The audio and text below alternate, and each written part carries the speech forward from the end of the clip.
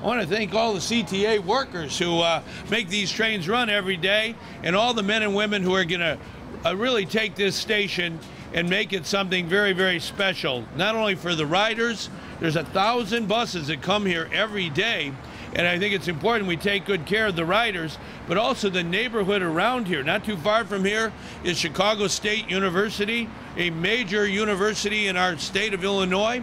We want to make sure our students can get off the train here, get over to Chicago State in a safe and sound way. This is going to create a lot of economic growth around a major terminal. There's opportunities for stores and creating jobs. There's no question that in making this investment, we're going to create jobs in building it, and then also opportunities for many, many businesses, and especially small businesses that are right here in Chicago and state of Illinois, to grow near the terminal. I think it's also important to understand that it's a diverse workforce that's going to make this happen. We work together with the CTA and the city. Our state invested $425 million from the people of Illinois in taking care of the Red Line from here to Chinatown. 10 miles that needed to really be repaired from top to bottom. We made a major investment, the largest investment of the state of Illinois ever in public transit was made to make the Red Line go a lot better. And we also are putting in $50 million for this excellent initiative to make the 95th Street station the best there ever was. So I really feel it was a team effort. That's what we can do together in Illinois when we team up, the city, the CTA, federal government, local government. I want to thank all our legislators who voted for the funding for this great initiative. It's going to create jobs. It's going to make life a lot better for a lot of people. Thank you. I will say it's a great experience when you're going 55 miles an hour, not 15 miles an hour. And that's what used to happen on the Red Line South. Red Line South, you used to have bicycles passing folks on the train. And anybody knew it. And now we finally have a system that's worthy, as Bobby Rush said, of a community. This system was built in 1969 when Richard Nixon was president. And it decayed and decayed to the point that it was actually losing ridership because people were actually voting with their feet saying, I can't get to work on time. And if you can't get to work on time, you're not going to be a good employee.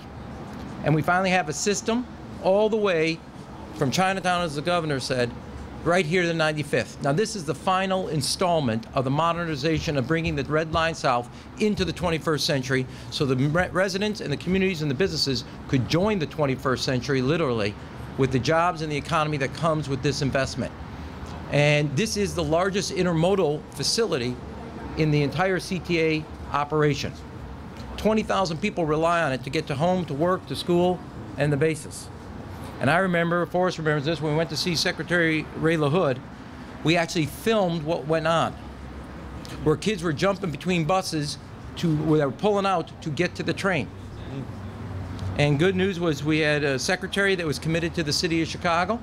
We had a congressional delegation committed to the city of Chicago, a state willing to make the tough decisions committed to the city of Chicago and the residents of the city of Chicago to have a 21st century transportation system with a 21st century economy. And I also want to say what I'm also proud about. Behind us are 3 workers, Michael Scott, Leonard, and Rahm.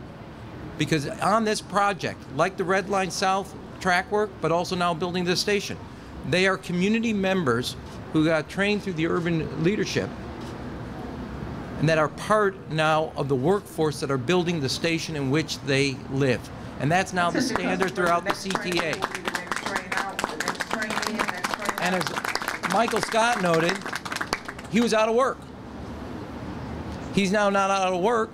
He's working on a station in where he lives. 700 workers will build this station over the next 3 years, creating an investment in the community, creating an investment in the economy.